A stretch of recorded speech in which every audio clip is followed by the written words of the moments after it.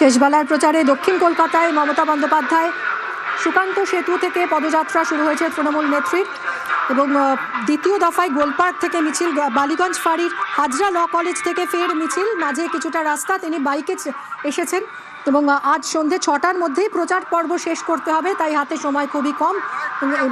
বেশ কয়েকটি বিধানসভার প্রার্থীদের নিয়ে এই মিছিল দক্ষিণ কলকাতার যাদবপুর, কসবা, টালিগঞ্জ, রাসবিহারী, বালিগঞ্জ সহ নিজের কেন্দ্র ভবানীপুর জুড়ে মেগা র্যালি তৃণমূল নেত্রীর। কথা বলবো সোমরাজ আমাদের প্রতিনিধির সঙ্গে। সোমরাজ, এই মুহূর্তে কোথায় রয়েছেন তৃণমূল নেত্রী? তাকে ঘিরে কতটা উন্মাদনা এই মুহূর্তে নজর আসছে, এবং ভোটের আর ঠিক 48 ঘন্টা বাকি, তার আগে তার এই পদযাত্রা, এই উন্মাদনা, এটা কতটা তাৎপর্যপূর্ণ? দেখো, ইতিমধ্যেই মমতা বন্দ্যোপাধ্যায় তিনি হাজরা রোড দিয়ে মিছিল করে এগিয়ে চলেছেন গোপালনগরের দিকে। তৃতীয় দফার যে মিছিল, হাজরা রোড দিয়ে তিনি মমতা বন্দ্যোপাধ্যায় তারই পদযাত্রা এগিয়ে চলেছে।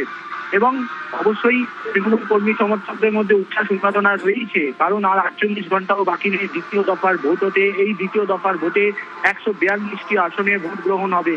দক্ষিণ কলকাতা, উত্তর কলকাতা বরাবরই যা তৃণমূল কংগ্রেসের শক্ত ঘাঁটি হিসেবে পরিচিত। বিশেষ করে আজ মমতা বন্দ্যোপাধ্যায় যে যে বিধানসভার উপর দিয়ে পদযাত্রা করছেন, এই বিধানসভাগুলি তৃণমূল কংগ্রেসের শক্ত ঘাঁটি হিসেবেই পরিচিত।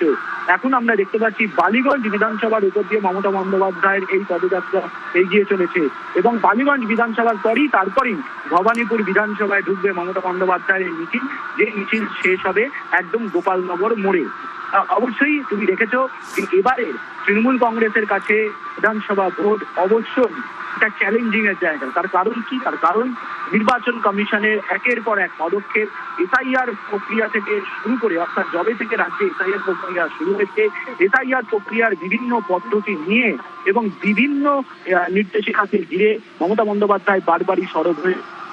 শুধু তাই নয়, এবারের বিধানসভা ভোটে এসআইআর এর নাম করে যেভাবে মানুষের ভোটাধিকার কেড়ে নেওয়া হয়েছে, তা নিয়েও মমতা বন্দ্যোপাধ্যায় বারে বারে সরব হয়েছেন। গত 1 মাস ধরে বিভিন্ন নির্বাচনী জনসভা থেকে এসআইআর এর নাম করে মানুষের ভোটাধিকার কেড়ে নেওয়া, এসআইআর এর নাম করে মানুষকে ফের লাইনে দাঁড় করানো জানিয়েও মমতা বন্দ্যোপাধ্যায় সরব হয়েছেন। শুধু তাই নয়, মমতা বন্দ্যোপাধ্যায় কেন্দ্রীয় সরকারের একের পর এক নীতি নিয়েও সরব হয়েছেন এবারের বিধানসভা ভোটে। কিন্তু অবশ্যই মমতা বন্দ্যোপাধ্যায় তৃণমূল কংগ্রেসের নেতা নেত্রীদের কাছে, কর্মীদের কাছে একটা বিষয় স্পষ্ট করে দিয়েছেন এবারের বিধানসভা ভোটে, যে এবারের লড়াই নির্বাচন কমিশনের লড়াই, এবারের লড়াই বাঙালি অস্মিতা রক্ষার লড়াই। তার কারণ মমতা বন্দ্যোপাধ্যায় এবারের নির্বাচনের প্রচারের বিষয়বস্তু হিসাবে বাঙালি অস্মিতা রক্ষার লড়াইকেও সামনে এনেছে। বারবার বাংলা ভাষায় কথা বললে বাঙালি পরিযায়ী শ্রমিকদের অত্যাচারের উপর অত্যাচারের ঘটনা, মারধরের ঘটনা জানিয়েও মমতা বন্দ্যোপাধ্যায় সরব হয়েছেন। ফলত এবারের বিধানসভা ভোটকে সামনে রেখে মমতা বন্দ্যোপাধ্যায় একের পর এক কিছুকে সামনে রেখে সরব হয়েছেন। অবশ্যই তার মধ্যে রয়েছে এসআইআর এর নাম করে ভোটাধিকার কেড়ে নেওয়া। 27 লক্ষ ভোটার তারা এখনো পর্যন্ত ভোটাধিকার থেকে বঞ্চিত, যা নিয়েও মমতা বন্দ্যোপাধ্যায় সরব হয়েছেন। ফলত সব মিলিয়ে এবারের ভোটে মমতা বন্দ্যোপাধ্যায় নির্বাচন কমিশনের বিরুদ্ধে সরব হয়েছেন, কেন্দ্রীয় সরকারের বিরুদ্ধে সরব হয়েছেন। বিজেপির তরফে প্রধানমন্ত্রী নরেন্দ্র মোদী থেকে শুরু করে একের পর এক নেতা যেভাবে তৃণমূল কংগ্রেসকে আক্রমণ করেছেন, পাল্টা মমতা বন্দ্যোপাধ্যায় আক্রমণ করে সরব হয়েছেন। শুধু তাই নয়, তিনি স্পষ্টত অভিযোগ করেছেন যে প্রধানমন্ত্রী নরেন্দ্র মোদী থেকে শুরু করে বিজেপির নেতারা যেভাবে বাংলাকে অপমান করছে, বাংলার সম্মান নষ্ট করছে, একের পর এক মিথ্যে কথা বলে, তা নিয়েও সরব হয়েছেন মমতা বন্দ্যোপাধ্যায়। এবং এই ইস্যুগুলিকে সামনে রেখে গত 1 মাসেরও বেশি সময়সীমা ধরে মমতা বন্দ্যোপাধ্যায় উত্তরবঙ্গ থেকে দক্ষিণবঙ্গ একাধিক নির্বাচনী জনসভা করেছেন, মিছিল করেছেন, পদযাত্রা করেছেন। একদমই, এবং একেবারে শেষ প্রচারের একেবারে শেষ লগ্নে দক্ষিণ কলকাতায় আজ মমতা বন্দ্যোপাধ্যায়ের এই মেগা র্যালি, এবং দক্ষিণ কলকাতার প্রতিটি রাস্তা, প্রতিটি এলাকা তার অতি পরিচিত। একসময় এই এলাকার সাংসদ ছিলেন তিনি, একটা আত্মিক যোগাযোগ তার এই এলাকার সঙ্গে বলাই যায়। আর ভোট প্রচারের শেষ লগ্নে আমরা দেখেছি বারবার এখানেই ফিরে আসেন তিনি। কথা বলবো, আবির রয়েছে সঙ্গে। আবির, একটা দীর্ঘ পথ আজ পরিক্রমা করছেন তৃণমূল নেত্রী, একেবারে প্রচারের শেষ লগ্নে এসে ঝড় তুললেন বলা যায়। গোটা দক্ষিণ কলকাতায় কার্যত পরিক্রমা করছেন। ভোটের আর ঠিক 48 ঘন্টা বাকি, এবং তার আগে তার এই পরিক্রমা চূড়ান্ত জনসংযোগ তো বটেই, তার সঙ্গে তৃণমূল কর্মী সমর্থকদের কাছে নিঃসন্দেহে বড় অক্সিজেনের যোগান।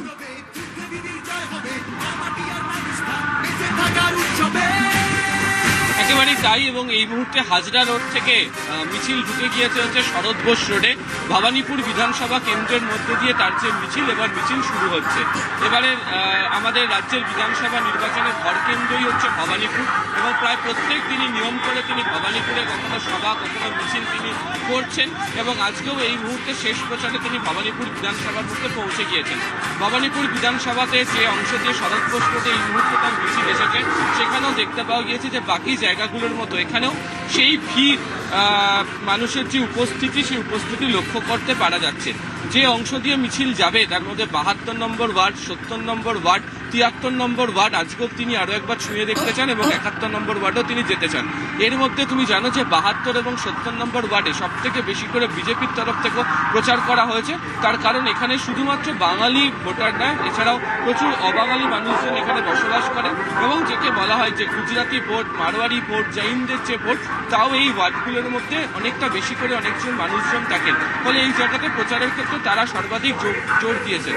এবং গত পরশু দিনকে তুমি জানো যে চক্রবেরিয়ার যে ঘটনা, সেই চক্রবেরিয়ার ঘটনা নিয়েও যথেষ্ট রাজনৈতিক উত্তাপ ছড়িয়েছিল, যথেষ্ট রাজনৈতিক আলোচনা শুরু হয়েছিল। প্রবীণ মানুষজন যারা রয়েছেন তাদেরকেও দেখতে পাওয়া যাচ্ছে যে এই মুহূর্তে শরৎ বোস রোডের ওপরে প্রায় 70 বছর 80 বছরের যারা মহিলা যারা রয়েছেন, প্রবীণা যারা রয়েছেন, তারা এই মুহূর্তে শরৎ বোস রোডের ওপর তারা দাঁড়িয়ে রয়েছেন। মমতা বন্দ্যোপাধ্যায়ের সঙ্গে তারা কেউ ফুল তুলে দেবেন, কেউ তাকে উত্তরীয় দেবেন, এবং প্রচুর মানুষকেও আমরা এই মুহূর্তে রাস্তার মধ্যে দেখতে পাচ্ছি। যাদবপুর এবং দক্ষিণ কলকাতা দুটো জায়গারই তিনি সাংসদ থাকার সুবাদে বহু বছর ধরে এলাকা সম্পর্কে তিনি অবহিত, এবং এই এলাকার মানুষজনের যে রাজনৈতিক যে ছবি, সেই ছবি সম্পর্কে তিনি যথেষ্ট রকমের অবহিত, এবং তিনি এখানকার মানুষ সম্পর্কে তিনি জানেন। এখানকার মানুষের সঙ্গে তার বিভিন্ন ক্ষেত্রে যোগাযোগ রয়েছে। গতকালকে তিনি যখন সভা করছিলেন যোগুবাবুর বাজারে, তিনি উল্লেখ করছিলেন যে দুর্গাপুজোর সময় তিনি কোন কোন পুজো উদ্বোধনে তিনি আসেন, পুজোর দিন কোন কোন জায়গা দিয়ে তার বাড়ি থেকে ভোগ পৌঁছয়, কোন ব্যক্তি তার কাছে পাঠান, একদম নাম ধরে ধরে প্রত্যেকের সঙ্গে বলছিলেন। ফলে গ্রাউন্ড রিয়ালিটিতে তৃণমূল কংগ্রেস একদমই তাই। এবং প্রচার শেষের আর কিছুক্ষণ বাকি, এবং গোপালনগর মোড় যা নেত্রীর বাড়ির বেশ কাছেই, মিছিল যত এগোচ্ছে ততই উন্মাদনা বাড়ছে, এবং শিশু থেকে বৃদ্ধ রাস্তার দুপাশে কিন্তু সেই চেনা ছবি ধরা পড়ছে। বিধানসভা ভোটের একেবারে শেষ প্রচারে মেগা র্যালি মমতা বন্দ্যোপাধ্যায়। দক্ষিণ কলকাতার যাদবপুর, কসবা, টালিগঞ্জ, রাসবিহারী, বালিগঞ্জ সহ নিজের কেন্দ্র ভবানীপুর জুড়ে একেবারে মেগা র্যালি আজ তৃণমূল নেত্রীর। দলের কলকাতার প্রার্থীরা তো রয়েছেনই, শীর্ষ নেতৃত্ব তো রয়েছেনই, মমতা বন্দ্যোপাধ্যায়ের সঙ্গে পদযাত্রায় পা মেলাচ্ছেন, এবং রাস্তার দুপাশে তৃণমূল কর্মীদের ভিড়ই শুধু নয়, সাধারণ মানুষের ভিড় এবং উন্মাদনাও চোখে পড়ার মতো। আবির আমাদের প্রতিনিধি রয়েছেন। আবির, এই মুহূর্তে কোথায় রয়েছেন মমতা বন্দ্যোপাধ্যায়?